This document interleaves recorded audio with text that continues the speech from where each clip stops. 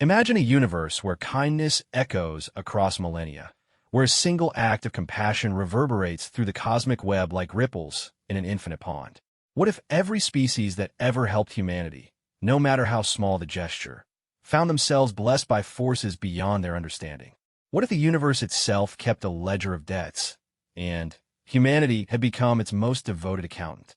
In the vast expanse of space, where civilizations rise and fall like waves against cosmic shores, there exists a phenomenon that defies all scientific explanation. Ships appear from nowhere to aid struggling colonies. Resources materialize in the cargo holds of desperate traders. Entire fleets emerge from hyperspace to defend worlds under siege. The beneficiaries always ask the same question: why are you helping us? The answer is always the same: because you helped the humans once.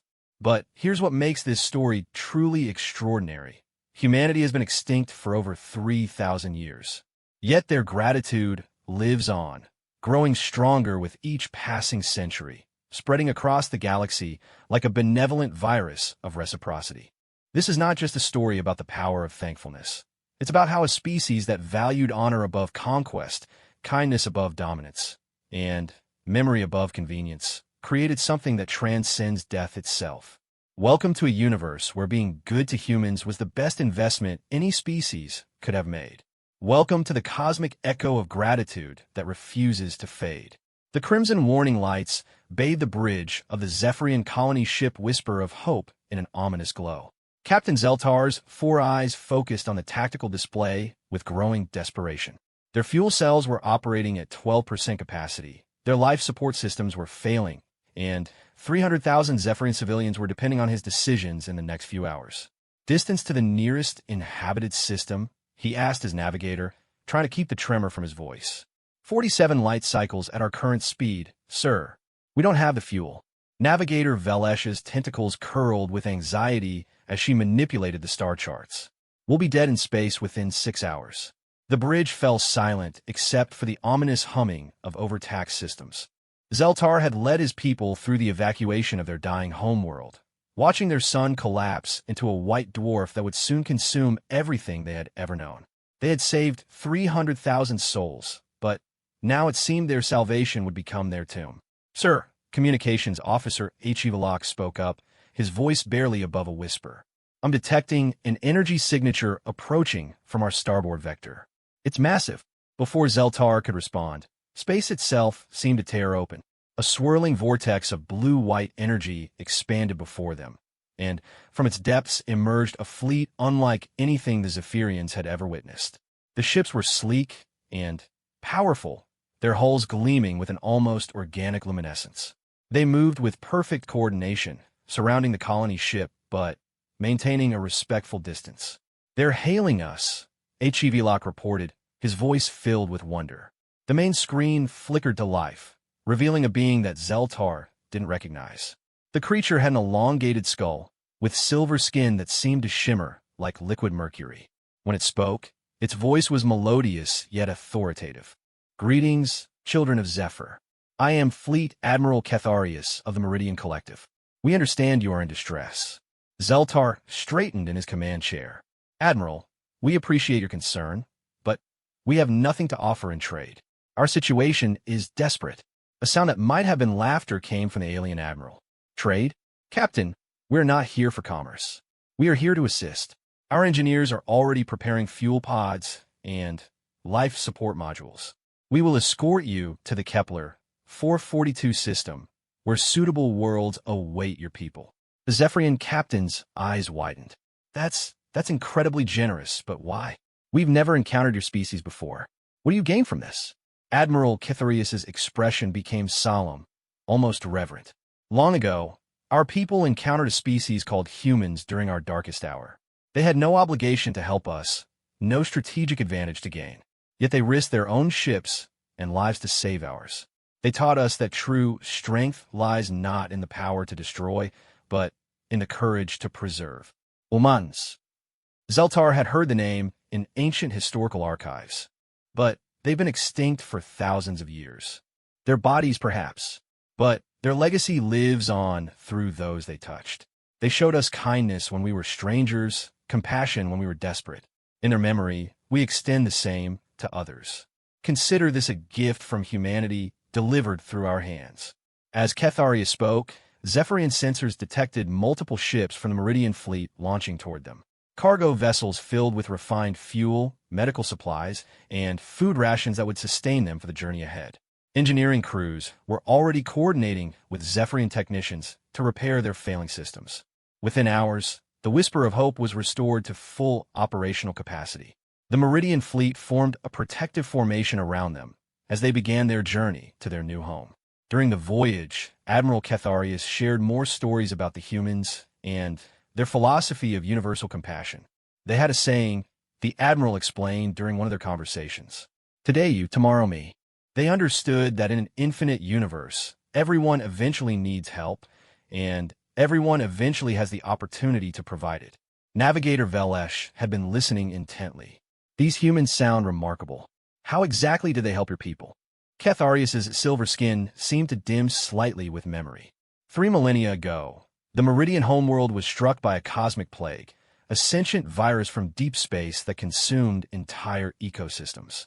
We were proud, isolated people then. We had refused help from neighboring species, believing we could handle any crisis alone. He paused, manipulating a holographic display that showed star charts from that era. But this was beyond our capabilities. Our greatest scientists died within days of exposure. Our military was powerless against an enemy that turned our own biology against us. We were facing complete extinction when a small human research vessel detected our distress signals. The display shifted to show the image of a modest exploration ship, dwarfed by the massive Meridian dreadnoughts that surrounded it.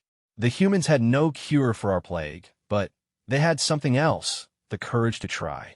Their xenobiologist, Dr. Sarah Chun, volunteered to live among our infected populations to study the disease firsthand, knowing she might not survive. Zeltar leaned forward, captivated by the story. Did she find a solution? Dr. Chin spent 6 months with us, working alongside our few remaining scientists. She didn't discover a cure.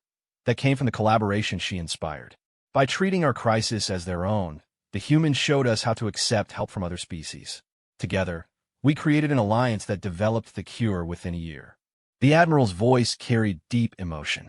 But Dr. Chun did not live to see the victory. The plague claimed her life 3 days before we announced our success. Her last words, transmitted to her captain, were instructions for our people to remember that kindness was humanity's greatest export, and we should consider ourselves distributors of that gift. As the convoy traveled through hyperspace, word of their rescue spread throughout Zephyrian communication networks. The story of the Meridian Collective's intervention became legend among Zeltar's people. But what intrigued them most was the revelation that this was not an isolated incident. Communications officer HFY had spent his off-duty hours researching galactic databases, discovering report after report of mysterious rescues and unexplained assistance provided to species in crisis. Each incident shared common elements. The rescuers claimed to be acting in memory of humans, and the aid was provided without expectation of return. Captain, HFY reported during their final day of travel, I found over 2,000 documented cases of similar assistance in the past millennium alone. The rescuers are always different species, but the motivation remains constant. When they finally arrived at Kepler 442, the Zephyrians were amazed to find that the Meridian Collective had already established preliminary infrastructure for their arrival. Orbital platforms for their initial habitation, atmospheric processors to make the planet suitable for their biology, and communication networks to help them contact other Zephyrian survivors scattered across the galaxy. As Captain Zeltar prepared to disembark and begin his people's new life, Admiral Ketharius requested a final meeting. The two commanders stood in the observation deck of the Meridian flagship, watching as Zephyrian shuttles descended toward their new world. Admiral, how do we repay such kindness? Zeltar asked. Ketharius turned to face him, and for the first time, the alien's expression was almost human-like in its gentle smile. You don't repay it, Captain. You pass it forward. Someday, you will encounter another species in desperate need. When that day comes, remember this moment, remember Dr. Chen's sacrifice, and remember that kindness is the only currency that appreciates when spent. The Meridian fleet departed as silently as it had arrived, leaving the Zephyrians with more than just a new home. They had inherited a philosophy, a responsibility, and a connection to a species that had been dead for 3,000 years, but somehow remained more alive than ever. As Zeltar watched the ships disappear into the cosmic distance, he made a silent vow. The Zephyrians would remember. They would be ready when their turn came to serve as humanity's echo in the darkness between stars. The greatest gift the humans had given the galaxy was not their technology or their resources. It was their example of what intelligence could become when guided by compassion rather than conquest. Crixoel had been a trader for 60 standard years, and in all that time, he had never seen his cargo hold empty for more than a day. His ship, the Prophet's Edge, was legendary among the independent merchants who worked the outer rim trade routes. But as he stared at his completely bare storage bays and his dwindling credit account, the elderly Vorthak wondered if his luck had finally run out. The Rigel sector depression had hit every independent trader like a plasma torpedo to the gut. The major shipping corporations had undercut prices so severely that small operators couldn't compete. Crixoel's regular customers had been forced to sign exclusive contracts with the big companies, leaving him without routes, without cargo, and without hope. His four-armed frame slumped against the bulkhead as he reviewed his options. The ship's mortgage was overdue, his fuel reserves could get him maybe 2 more jumps, and his emergency food supplies would last another week if he rationed carefully. 60 years of honorable trading, and it would all end in bankruptcy and shame. Computer, display available cargo contracts in our current sector, he said, knowing it was futile but needing to maintain the routine. No contracts available matching current credit rating and cargo capacity. The ship's AI responded in its maddeningly neutral tone. Crixoel's secondary arms twisted in frustration. His species had built their entire culture around fair trade and honest dealing. To be unable to conduct business was like being stripped of his very identity. He was contemplating sending a distress signal when his sensors detected an approaching vessel. The ship that emerged from hyperspace was nothing like the sleek corporate haulers that dominated modern space lanes. It was clearly alien in design, with organic curves and bioluminescent panels that pulsed like a heartbeat. More importantly, it was massive, easily 10 times the size of his modest trading vessel. Unknown vessel. This is Captain Lyra SSH of the Ethereal Wanderer. We request permission to come alongside. The voice that came through his communications array was feminine, melodic, and spoke in perfect galactic standard despite coming from species he didn't recognize. Crixoel hesitated. Pirates sometimes used unusual ships as disguises, though why they would target an obviously empty trading vessel made no sense. Permission granted, Captain. Though I should warn you, if you're looking for cargo to steal, you'll be disappointed. A sound that might have been laughter echoed through the calm steel. My dear trader, we're here to give, not take. Prepare to receive our docking probe. Minutes later, Crixoel found himself face to face with the most exotic being he had ever encountered. Captain Lyra SSH stood nearly 3 meters tall, with a translucent body that revealed intricate internal structures that glowed with soft blue light. Her species moved with liquid grace, and when she spoke, it was with an accent he couldn't place. Greetings, honored merchant, she said with a bow that somehow conveyed deep respect. I am of the Luminary Collective.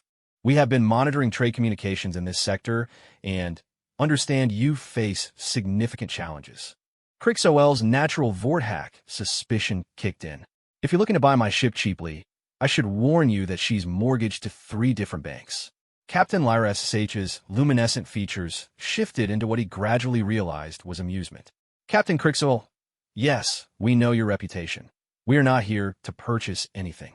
We are here because you once showed kindness to humans, and the universe has a way of remembering such acts. The statement hit Crixoel like a physical blow.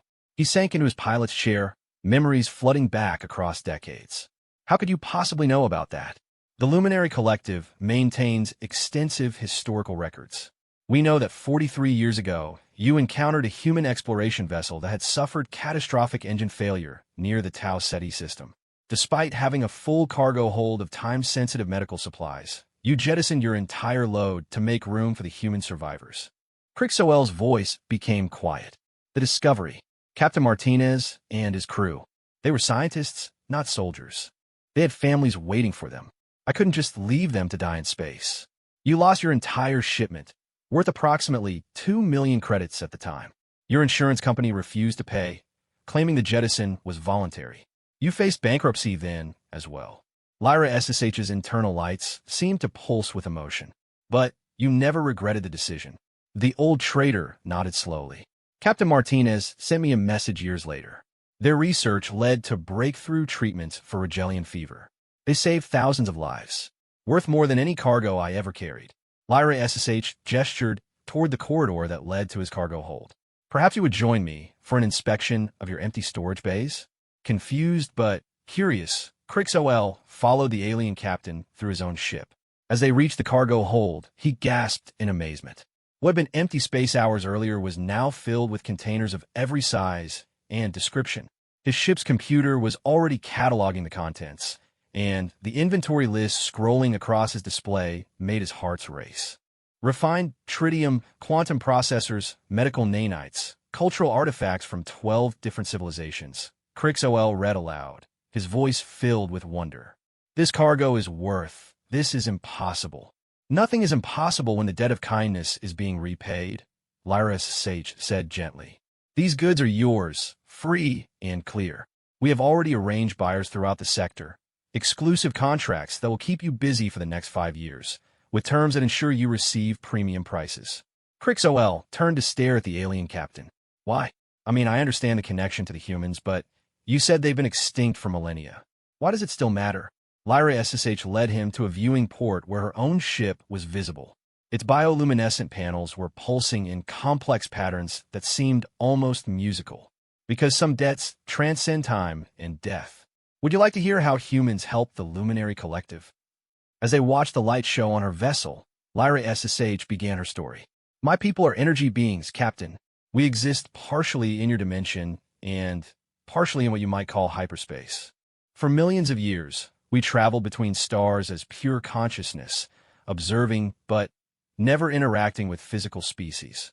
The patterns of light on her ship seemed to dance as she spoke.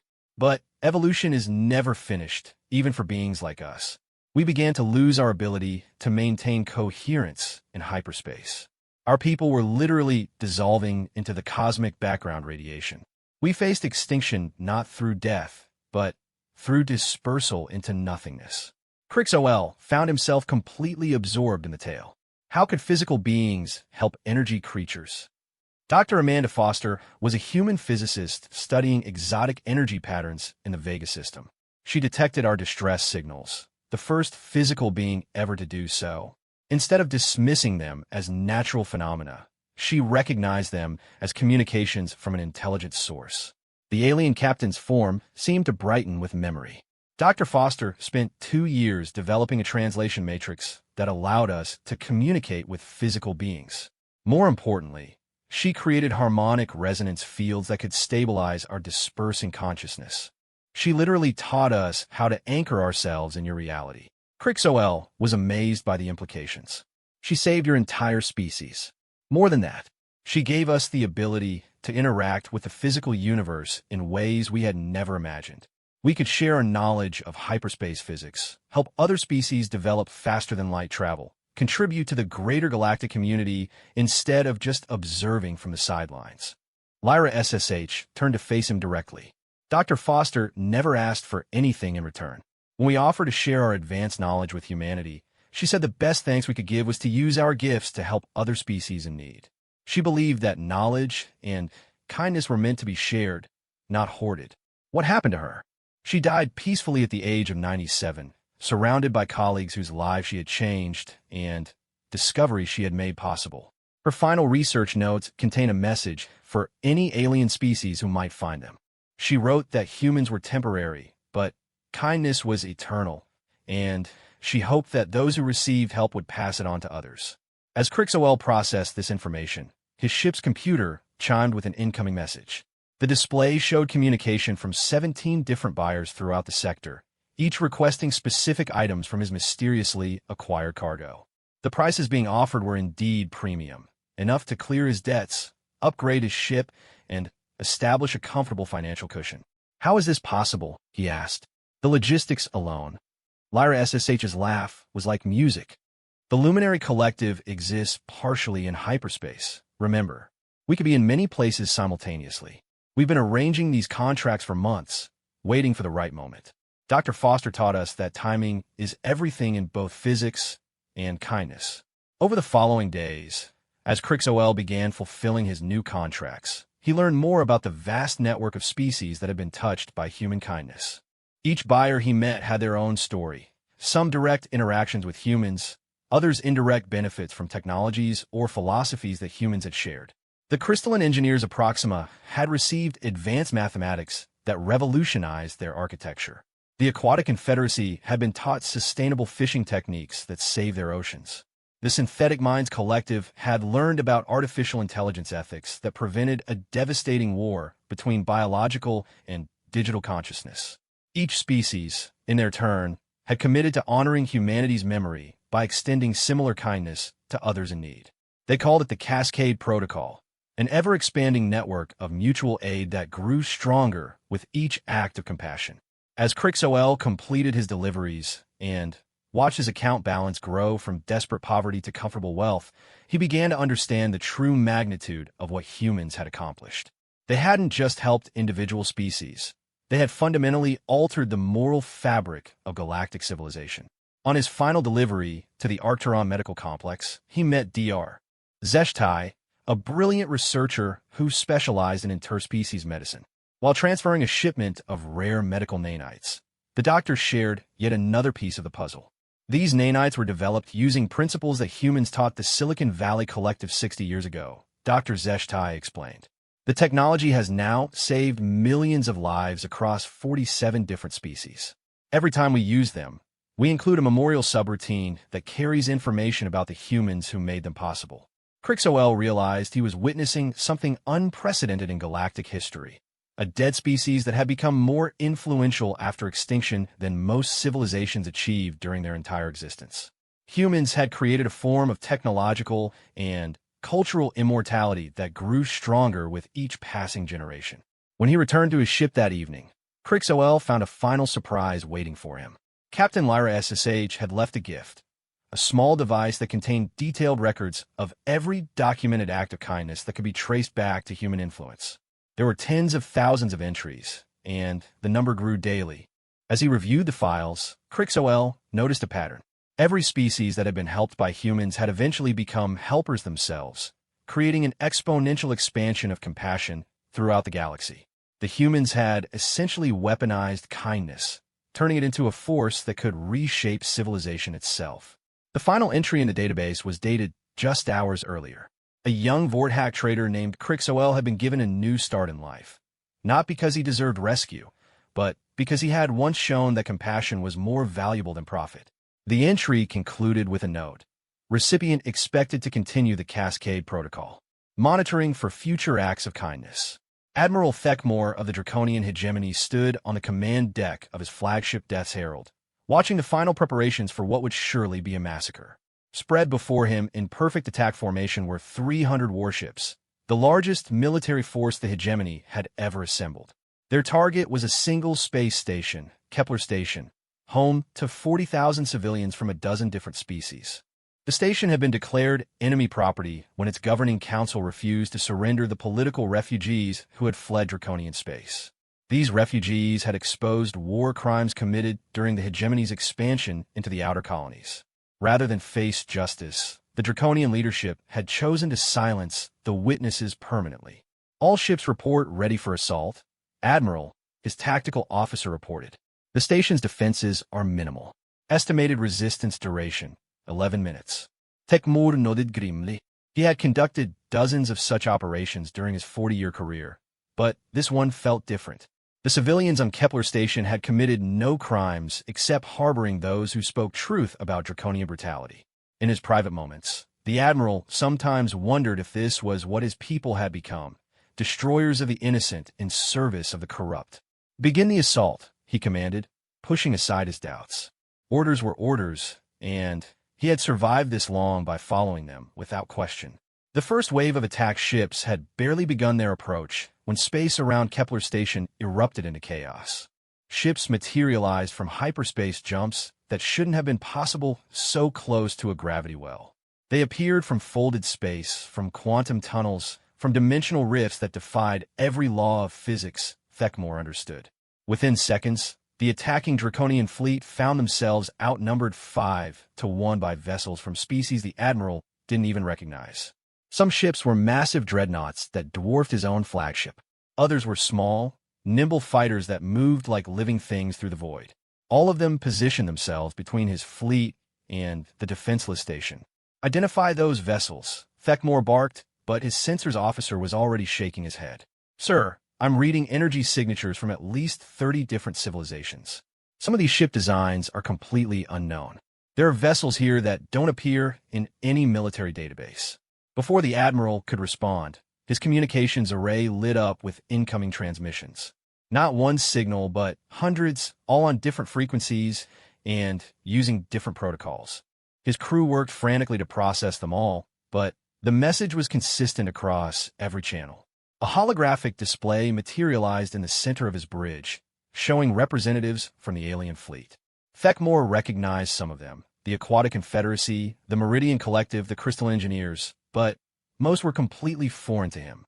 Attention, Draconian hegemony. The spokesman was a being Thekmor had never seen before, with skin like flowing mercury and eyes that held the weight of eons. "I am Supreme Admiral Vexthal of the Combined Humanitarian Defense Fleet. You will stand down immediately and withdraw from this system." Thekmor's pride flared. His fleet was the most powerful military force in this sector of the galaxy, and he would not be intimidated by a collection of alien peacekeepers. "This is Admiral Thekmor of the Draconian hegemony. You are interfering in internal hegemony affairs. Withdraw immediately or face destruction." The alien admiral's expression didn't change, but somehow the temperature on Thekmor's bridge seemed to drop several degrees. "Admiral, you have been marked for termination by the Cascade Protocol. Your attack on Kepler Station represents an act of aggression against species under humanitarian protection. This will not be tolerated." Cascade Protocol? Thekmor had never heard the term. "What gives you the authority to dictate to the hegemony?" Admiral Vexthal gestured, and the holographic display shifted to show historical footage that Thekmor recognized from his academy days. It showed human ships, ancient designs from millennia past, engaged in rescue operations throughout the galaxy. 3,000 years ago, humans from the colony ship New Horizon rescued 2,000 Draconian civilians from a plague outbreak on Rigel 7. Your own people, Admiral. They provided medical care, food, and transport to safety, asking nothing in return except that your people remember kindness when they encountered others in need. The footage continued, showing human medical teams working alongside young Draconian doctors, sharing knowledge and resources. Thekmor's secondary heart began to race as he recognized the uniforms. These were his people's ancestors, learning compassion from a species that no longer existed.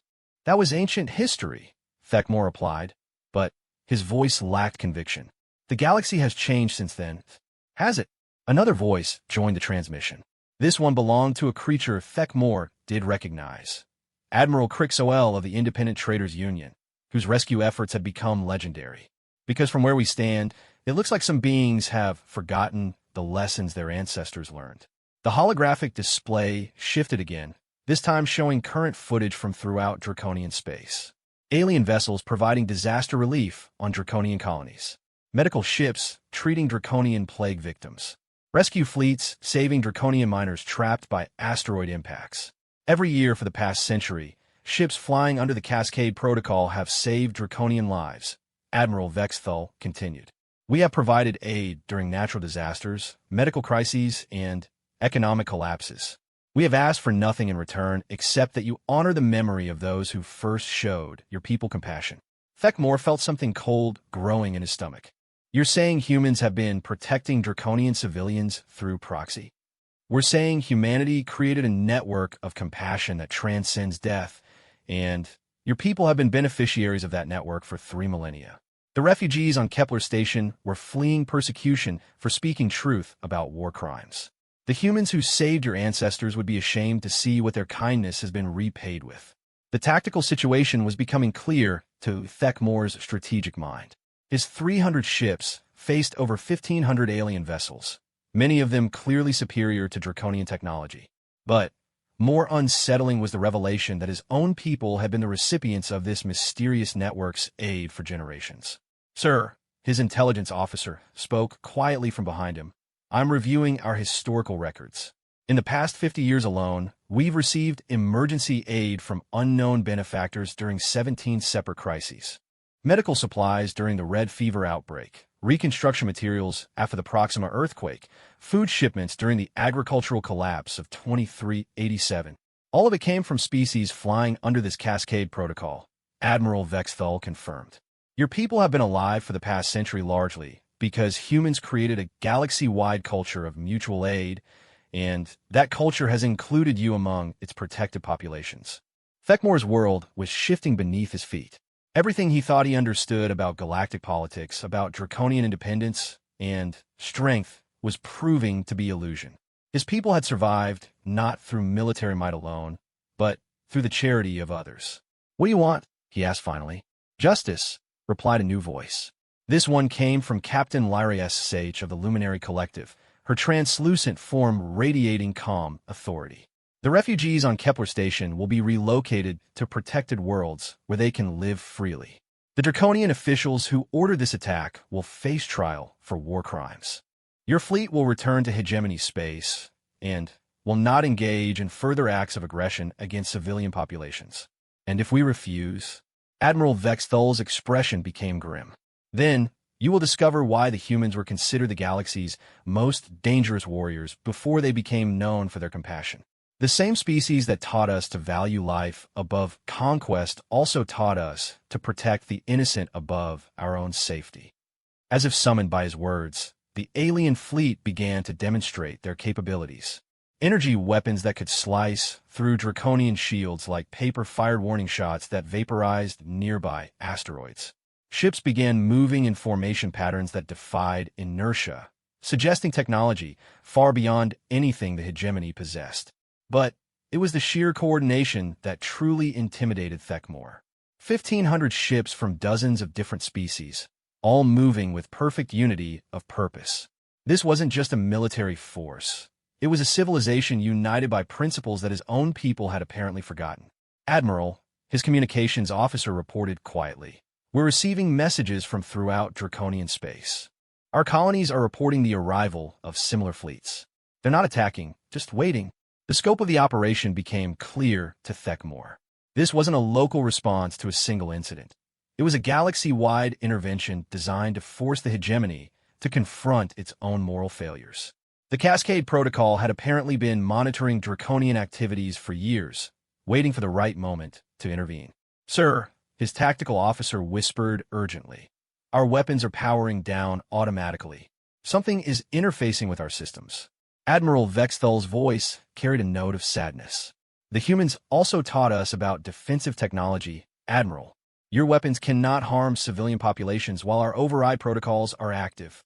This technology has been standard on all Cascade Protocol vessels for over 1,000 years." Thekmore felt the last of his options slipping away. His fleet was effectively disarmed, outnumbered, and surrounded. But more than that, he was beginning to understand that this confrontation was about more than military force. It was about the kind of civilization the Draconians wanted to be. "You're offering us a choice," he said slowly. "We're offering you the same choice humans offered our ancestors," Captain Lyra SSH replied. "You can choose to be remembered for the lives you protected or for the lives you destroyed. You can honor the compassion shown to your people by extending it to others, or you can be isolated from the galactic community that has sustained you." On his tactical display, Thekmore could see the refugees being evacuated from Kepler Station. Alien ships were providing transport, medical care, and protection with the same efficiency they had shown in surrounding his fleet. Children were being carried to safety by beings who had traveled light years to honor a debt to a dead species. The Admiral made his decision. "All ships, stand down and prepare for withdrawal. Signal Hegemony Command that we are returning to base for reassessment of our mission parameters." As the Draconian fleet began its retreat, Admiral Vexthal's image remained on the bridge display. "Admiral Thekmore, the Cascade Protocol monitors all civilizations in this galaxy. Your people have the potential to be valuable contributors to galactic civilization, as your ancestors were. We hope to see the hegemony remember the lessons taught by human compassion. And if we don't, Then, you will discover that the galaxy has become a smaller place for those who prey on the innocent. The humans may be gone, but their legacy ensures that kindness is never defenseless. As a ship jumped to hyperspace, Thekmore found himself thinking about the footage he had seen. Young Draconian doctors learning medicine from human teachers. Draconian children playing with human children during the evacuation from Rigel 7. His own people, generations ago, experiencing the kind of selfless compassion that had apparently spread throughout the galaxy like a benevolent infection. The report he would file with Hegemony Command would be unlike any he had written before. It would speak of military defeat, yes, but also of moral failure and the possibility of redemption. The humans have been extinct for 3,000 years, but their influence on galactic civilization was stronger than any empire that had ever existed. For the first time in decades, Admiral Thekmore found himself hoping that his people would choose to be worthy of the compassion they had received. Dr. Yixandra had dedicated her life to understanding the greatest mystery in galactic history. As the chief xenoarchaeologist for the Galactic Research Institute, she had spent 20 years studying the extinct human civilization, trying to understand how a species that had lasted only 8,000 years could have influenced the galaxy for millennia after their disappearance. Her laboratory on the research station Infinite Curiosity was filled with human artifacts, linguistic databases, and holographic recreations of human settlements. But despite all her research, the core question remained unanswered. How had humans managed to create a network of compassion that operated independently of any central authority, growing stronger over time instead of fading away? Computer, display the latest Cascade Protocol incident reports, she commanded, settling into her research chair with her morning stimulant beverage. The holographic display materialized above her workspace, showing a three-dimensional map of the galaxy peppered with thousands of glowing markers. Each marker represented a documented act of aid provided under the Cascade Protocol in the past month alone. The sheer scope of it was staggering. Analysis shows a 17% increase in protocol activations over the past year. The computer reported in its neutral tone. Current participating species count, 3,847. Active vessels, approximately 45,000. Estimated beings protected in the past decade, 2.4 billion. Yixandra's fur bristled with amazement. She belonged to a species that prided itself on mathematical precision, but these numbers defied logical explanation. The Cascade Protocol had become the largest cooperative effort in galactic history, yet it had no central government, no military hierarchy, no economic incentive structure. It operated purely on the principle that kindness should be repaid with more kindness. Computer, cross-reference these incidents with known human historical sites. Are there any patterns? As the display shifted to overlay human archaeological sites with recent protocol activities, a new pattern emerged that made Yixandra's heart race. Nearly 60% of protocol interventions occurred in systems that humans had either visited or aided during their brief time in galactic civilization. Fascinating, she murmured, manipulating the display to zoom in on specific regions. It's as if the protocol actively maintains human influence zones. But that should be impossible without central coordination. A chime indicated an incoming communication. The display shifted to show her research assistant, Dr. Telmore, calling from the archive levels deep within the station. Dr. Yixandra, you need to see this immediately. Telmore's voice carried an excitement that the usually reserved scholar rarely displayed. I found something in the newly acquired artifacts from the Kepler station incident. Something that might explain everything. Yixandra made her way through the station's winding corridors to the archive levels, where her assistant was waiting beside a sealed containment unit. Inside the unit was what appeared to be a simple human data storage device, no larger than her palm. This was found in the personal effects of Captain Maria Santos, the last human to command a deep space exploration vessel, Telmore explained. The device was sealed in a temporal stasis field, apparently set to activate only when specific conditions were met. What kind of conditions?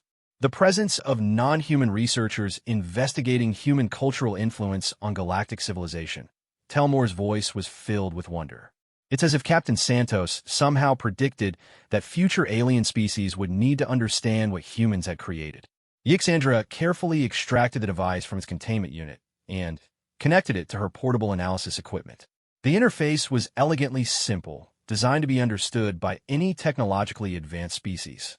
As the device activated, a holographic figure materialized before them, a human woman in the uniform of the Earth Exploration Service. "Greetings," the hologram said, speaking in perfect galactic standard despite being recorded millennia before that language existed. "I am Captain Maria Santos of the exploration vessel Eternal Hope. If you're viewing this message, it means that non-human researchers are studying the cultural legacy of my species. I have prepared this record to help you understand what we hope to accomplish." Yixandra and Telmore exchanged amazed glances. The sophistication of the AI that could respond to such specific circumstances was far beyond what they had believed humans capable of achieving. "We knew our time in this galaxy would be brief," Captain Santos continued. "Our species faced an evolutionary crisis that would lead to our extinction within a few generations.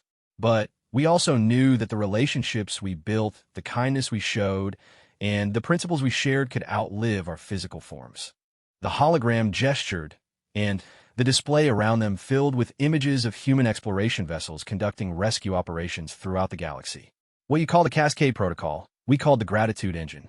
It was designed to be self-perpetuating, growing stronger with each act of kindness it inspired. Dr. Yixandra leaned forward intently. How did they design a cultural system to operate independently? As if responding to her question, Captain Santos continued. "The key was understanding that compassion is contagious when properly demonstrated. Every species we helped learned not just that kindness existed, but how to practice it effectively. We shared our techniques for disaster relief, our protocols for first contact, our methods for peaceful conflict resolution." The display shifted to show detailed, technical specifications for technologies that Yixandra recognized from modern Cascade Protocol operations. Advanced medical systems, universal translation matrices, faster-than-light communication networks designed specifically for coordinating humanitarian efforts. But technology alone was not enough, the hologram continued. "We needed to ensure that the motivation for kindness would persist across generations and species barriers. So we embedded something deeper into every interaction." The recording showed scenes of humans working alongside alien species, but now Yixandra could see subtleties she had missed before. Human teams were not just providing aid, they were teaching. Every rescue operation became a training exercise. Every medical intervention included knowledge transfer. Every diplomatic solution came with lessons on peaceful cooperation. "We called it cultural DNA," Captain Santos explained. "Information patterns embedded in technology, philosophy, and social structure that would replicate themselves each time they were used. Every species that received human aid also received the blueprint for becoming effective helpers themselves." Telmore was frantically taking notes. "They essentially created a benevolent virus of compassion that spreads through social contact." More than that, Captain Santos's hologram smiled. "We created multiple redundant systems to ensure the pattern would persist. The Grateful AI project embedded appreciation subroutines in every piece of technology we shared. The Historical Preservation Initiative created detailed records of every act of kindness, making gratitude a permanent part of galactic history. The Future Guardian Protocol established hidden monitoring systems that would activate to protect humanitarian efforts." Yixandra's mind raced as she began to understand the implications. "You created a civilization-scale immune system against cruelty and neglect." The hologram nodded. "Every species that benefits from the Cascade Protocol becomes invested in maintaining it. Every act of kindness creates a debt that can only be repaid by showing kindness to others. We weaponize the natural tendency of intelligent species to reciprocate gifts." The display showed a complex flowchart of interactions between species, with humans at the center, but gradually fading as other species took over their role. The most elegant part is that the system becomes more effective as it spreads. Humans were just the initial catalyst. Each new species brings their own strengths and perspectives to the network.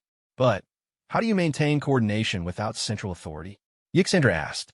Captain Santos gestured again, and the display zoomed in to show the quantum communication networks that linked Cascade Protocol vessels across the galaxy. We embedded quantum-entangled communication devices in every major piece of humanitarian technology we distributed. These create an instantaneous information network that allows for perfect coordination without central control. Telmore looked up from his notes. It's like a galactic nervous system for compassion. Exactly. When a crisis occurs anywhere in the galaxy, every Cascade Protocol vessel receives the information simultaneously. They can coordinate their response in real time, regardless of distance. But the decision of whether to respond remains with each individual species and crew. The recording continued for several hours, revealing layer after layer of sophisticated planning that had gone into creating the Cascade Protocol. Humans had anticipated problems that wouldn't arise for millennia and had built solutions into the very fabric of galactic civilization. They had created economic incentives that made kindness profitable. They had established legal frameworks that protected humanitarian efforts. They had even embedded cultural stories and myths that would inspire future generations to value compassion over conquest. The most remarkable discovery came near the end of the recording. Captain Santos revealed that the humans had also created fail-safe systems to prevent their legacy from being corrupted. We knew that some species would eventually try to exploit the network for their own gain, she explained. So we built in immune responses. Any organization that attempts to use Cascade Protocol resources for aggression or oppression will find their technology mysteriously malfunctioning. Any leader who betrays humanitarian principles will discover that crucial support systems fail at critical moments. The hologram's expression became solemn. We also knew that some future civilization might decide that our influence on galactic development was harmful and attempt to destroy the network we created. So we embedded the deepest failsafe of all. Yixandra felt a chill run through her exoskeleton. What kind of failsafe? If the Cascade Protocol is ever systematically attacked, if the network of compassion we created faces destruction, then every piece of technology we share with the galaxy will activate a final gift. The quantum communication system will broadcast the location of Earth, our homeworld, along with the complete genetic and cultural database of humanity. The implications were staggering. You preserved your entire species in digital form? Captain Santos nodded. Every human who ever lived, every cultural achievement, every scientific discovery, every work of art, all preserved in quantum storage systems distributed throughout the galaxy. If our legacy of kindness is ever threatened with extinction, then the threat itself will trigger the resurrection of humanity. The recording concluded with a simple message that would haunt Yixandra's dreams for years to come. We chose to die so that compassion could live. But if compassion dies, then we will return. The galaxy will never again be without those who choose kindness over cruelty, protection over exploitation, love over fear. As the hologram faded, Yixandra and Telmore sat in stunned silence. They had uncovered not just the mystery of the Cascade Protocol, but the most sophisticated contingency plan in galactic history. Humanity had made themselves truly immortal, not through avoiding death, but through making their resurrection contingent on the survival of their most cherished values. What do we do with this information? Telmore asked quietly. Yixandra carefully stored the human device in a secure containment field. We do what humans would want us to do. We protect it, we share it with those who need to understand, and we make sure that the galaxy never forgets the price of choosing cruelty over compassion. Outside the archive, the galaxy continued its daily operations, largely unaware that the extinct species that guided their civilization from beyond death had just revealed their greatest secret. Humanity was not gone. They were simply sleeping, waiting for the day when their wakefulness might be needed again.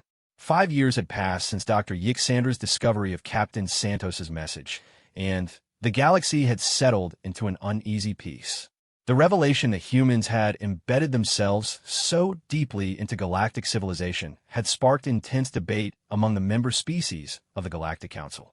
Some viewed it as the ultimate act of benevolence, while others saw it as manipulation on an unprecedented scale. Supreme Chancellor Vorthe K of the Centauri Alliance stood before the assembled representatives in the Grand Chamber of the Galactic Council, his presentation holographic materials casting shifting light across the vast amphitheater. Representatives from over 4,000 species filled the tiered seating, their various forms of communication creating a susurrus of concern that filled the chamber. Honored delegates, Vorthe K began, his voice amplified to reach every corner of the massive hall. We face a decision that will define the future of our galactic civilization. The evidence is undeniable. The Cascade Protocol, which we have relied upon for 3 millennia, was designed by an extinct species to control our collective behavior.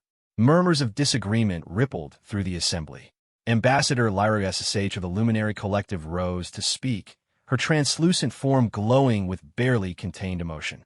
Control, Chancellor? I would call it guidance toward our better natures. The Cascade Protocol has prevented countless wars, saved billions of lives, and fostered cooperation between species that might otherwise have remained enemies. Guidance or control? The principle remains the same, Vorthike replied. We are not truly free while our actions are influenced by the posthumous desires of a dead species. I propose that we systematically dismantle the Cascade Protocol and forge our own path forward, based on our own values rather than human idealism. The debate that followed was unlike any in the Council's history. Species after species rose to share their experiences with the Cascade Protocol. Some spoke of desperate moments when protocol vessels had arrived to save their worlds from disaster. Others questioned whether their civilizations had become dependent on external aid instead of developing self-reliance. Admiral Thekmore, now representing the reformed draconian hegemony, provided a perspective that carried particular weight. 5 years ago, the Cascade Protocol prevented my people from committing genocide against refugees seeking justice. Yes, we lost our supposed independence that day, but we gained something more valuable: the opportunity to become worthy of the aid we had unknowingly received for centuries. The debate continued for days, with passionate arguments on all sides. But it was Dr. Yixandra who provided the information that would prove decisive. Rising from the research delegation section, she activated her own holographic display. Honor delegates, I must share additional findings from my research into human cultural archives. The Cascade Protocol was not designed to control our behavior. It was designed to preserve certain values until we were ready to embrace them voluntarily. Her display showed complex sociological models that traced the development of galactic civilization over 3 millennia. Humans understood that forced kindness is not true kindness. They created the protocol as a temporary measure, designed to demonstrate the benefits of cooperation until species could choose compassion independently. The chamber fell silent as she continued. According to their archives, the protocol was always intended to be transitional. Once galactic civilization reached what they called the compassion threshold, the point where kindness becomes self-sustaining without external motivation, the system would begin to withdraw. Chancellor Vorth AK leaned forward. Are you saying the humans planned for their own obsolescence? More than that, I believe we have already reached their compassion threshold. The very fact that we're debating whether to continue the protocol proves that we've internalized its values. We're no longer following it blindly. We're questioning it, evaluating it, making conscious choices about the kind of civilization we want to be. Her analysis was interrupted by alarms echoing throughout the chamber. The Council's defense systems had detected massive spatial distortions throughout the galaxy. Not the familiar signatures of Cascade Protocol vessels, but something entirely unprecedented. Admiral Vexthal of the Combined Fleet appeared on the chamber's emergency communication system. All delegates, please remain calm. We are detecting simultaneous quantum detonations at every major human archaeological site. The distortions appear to be originating from Earth itself. The main display shifted to show the Sol system, where Earth hung in space like a blue jewel. But something was happening to the planet that defied explanation. Streams of energy were flowing outward from its surface, carrying what appeared to be complex information patterns into the quantum foam of space-time itself. Dr. Yixandra felt her blood turn to ice as she realized what was happening. The failsafe, the human's final failsafe, is activating. Before she could explain, space around Earth began to fold in ways that hurt to observe. Reality seemed to bend and twist, and from the distortions emerged something that no living being had seen for 3,000 years: human ships. But these were not the ancient vessels from historical archives. These ships were evolved, transformed, somehow more real than anything else in the universe. They moved through space with impossible grace, their hulls shimmering with energy patterns that suggested they existed partially outside normal space-time. The lead vessel transmitted on all frequencies simultaneously, its message reaching every inhabited world in the galaxy at the same instant. When the transmission activated, the face that appeared was familiar from countless historical records: Captain Maria Santos, but Transformed, her human features somehow enhanced beyond their original limitations. "Greetings, children of the galaxy," she said, her voice carrying harmonics that seemed to resonate in the very structure of reality. "I speak for humanity, returned from our chosen exile at the moment of our greatest need." Chancellor Vorthicay found his voice. "Captain Santos, we thought your species was extinct." Santos smiled with an expression that combined infinite compassion with immeasurable power. "Extinct? No, Chancellor. We simply chose to exist differently. When we realized our physical forms were failing, we uploaded our consciousness into the quantum substrate of space-time itself. We have been watching, waiting, and growing for 3 millennia. The implications were staggering. Humanity hadn't died. They had transcended physical existence, becoming part of the fundamental structure of reality. The Cascade Protocol hadn't been a posthumous gift from a dead species, but an active intervention by beings who had evolved beyond matter and energy. "Why reveal yourselves now?"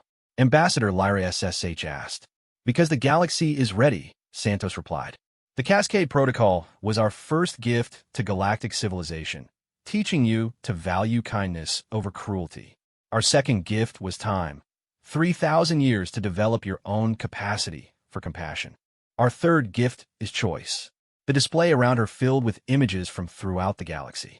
Every world where the Cascade Protocol had operated, every species that had been helped or had helped others, every act of kindness that had rippled across the stars. But now the source was revealed, not just human technology, but human consciousness directly influencing reality through quantum manipulation. We offer you 3 paths forward," Captain Santos continued. "First, you may choose to continue as you have, with the Cascade Protocol operating as it always has. We will continue to guide and protect, and you will continue to grow in wisdom and compassion." Images showed the galaxy as it was, prosperous, peaceful, but still dependent on external intervention during crises. Second, you may choose independence. We will withdraw completely, taking all our technology and influence with us. You will face the universe without our guidance, free to succeed or fail based entirely on your own merits.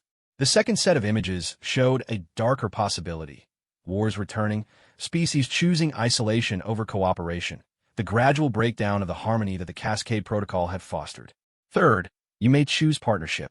We will share our true nature with you, teaching you to manipulate quantum reality as we do. Together, we could transform not just this galaxy, but the entire universe into something unprecedented, a cosmos where consciousness and compassion are the fundamental forces. The final images showed possibilities that stretched the imagination. Entire star systems reshaped to support life, space-time itself modified to eliminate suffering, consciousness expanding beyond the limitations of individual species to embrace cosmic unity. The choice was offered without pressure, without timeline, without consequence for choosing slowly. The humans, having transcended time itself, were willing to wait for the galaxy's decision as long as necessary. In the days that followed, every species engaged in intense internal debates. The Draconians, having experienced both the benefits of protocol aid and the consequences of rejecting it, ultimately chose partnership, eager to learn how power could be used for protection rather than domination. The Meridian Collective, whose long relationship with humans had defined their culture, also chose partnership, seeing it as the natural evolution of their ancient friendship. The Zephyrians, still grateful for their rescue years earlier, chose to continue with the existing protocol, comfortable with gradual growth rather than dramatic transformation. Others chose independence, preferring the risks of freedom to the safety of guidance. Dr. Yixindra found herself in a unique position, having spent years studying human culture and now faced with the opportunity to interact with actual humans. When Captain Santos offered her the chance to become one of the first non-humans to experience quantum consciousness, she accepted without hesitation. The transformation was indescribable. Her consciousness expanded beyond the limitations of her physical form, allowing her to perceive the universe as humans now experienced it. She could see the quantum threads that connected every living being, the probability streams that shaped future events, the deep structure of reality that made consciousness possible. But more than the expanded awareness, she experienced the profound loneliness that humans had endured for 3 millennia. Despite their godlike powers, they had remained essentially alone, watching other species grow and develop while maintaining the isolation necessary for their charges to develop independence. Now you understand why we created the Cascade Protocol, Santos explained as Yixandra's consciousness adapted to its new state. We couldn't bear to watch suffering when we had the power to prevent it, but we also couldn't risk stifling the natural development of other species. The protocol allowed us to help while remaining hidden. Through her expanded awareness, Yixandra could now perceive the true scope of human influence on galactic civilization. They had not only created the Cascade Protocol, but had subtly guided the development of faster-than-light travel, universal translation technology, and even the basic principles of interspecies diplomacy. Virtually every aspect of modern galactic civilization bore the invisible fingerprints of human intervention. Were we ever truly free? She asked. Santos's response carried both sadness and hope. Freedom is not the absence of influence, but the ability to choose your response to that influence. We provided opportunities for kindness, but every species that chose compassion over cruelty made that choice themselves. We are proud of what you have all become. As news of the various species' decisions spread throughout the galaxy, a new pattern began to emerge. Those who chose partnership began working with humans to develop technologies that would enhance life for all species. Those who chose independence received parting gifts of advanced technology and cultural knowledge that would help them succeed on their own. Those who chose to continue with the protocol found their relationship with humans transformed from unknowing dependence to conscious collaboration. The galaxy that emerged from this transformation was richer and more diverse than ever before. Species that had chosen different paths maintained trade and diplomatic relationships, creating a complex web of interdependence that no longer required external management. Years later, as Dr. Yixandra helped guide the next generation of species to make their own choices about human partnership, she reflected on the profound wisdom of Captain Santos's original message. Humans had indeed chosen to die so that compassion could live, but in doing so, they had discovered something unprecedented, a form of existence that allowed them to nurture other species without controlling them. The galaxy was no longer dependent on human guidance, but neither was it abandoned by it. The cosmic echo of gratitude that had begun 3,000 years earlier had evolved into something even more beautiful, a conscious harmony between species who chose to value kindness not because they were compelled to, but because they had learned through experience that compassion was the foundation of true civilization. In the end, the greatest gift humans had given the galaxy was not the Cascade Protocol, not their advanced technology, not even their willingness to sacrifice themselves for others. The greatest gift was the proof that intelligence, given enough time and guidance, would inevitably choose love over fear, cooperation over competition, and the welfare of all over the dominance of few. The cosmic echo of gratitude would continue forever, but now was no longer just an echo. It had become the voice of the galaxy itself, speaking words of kindness that humans had taught, but that every species had learned to say in their own way.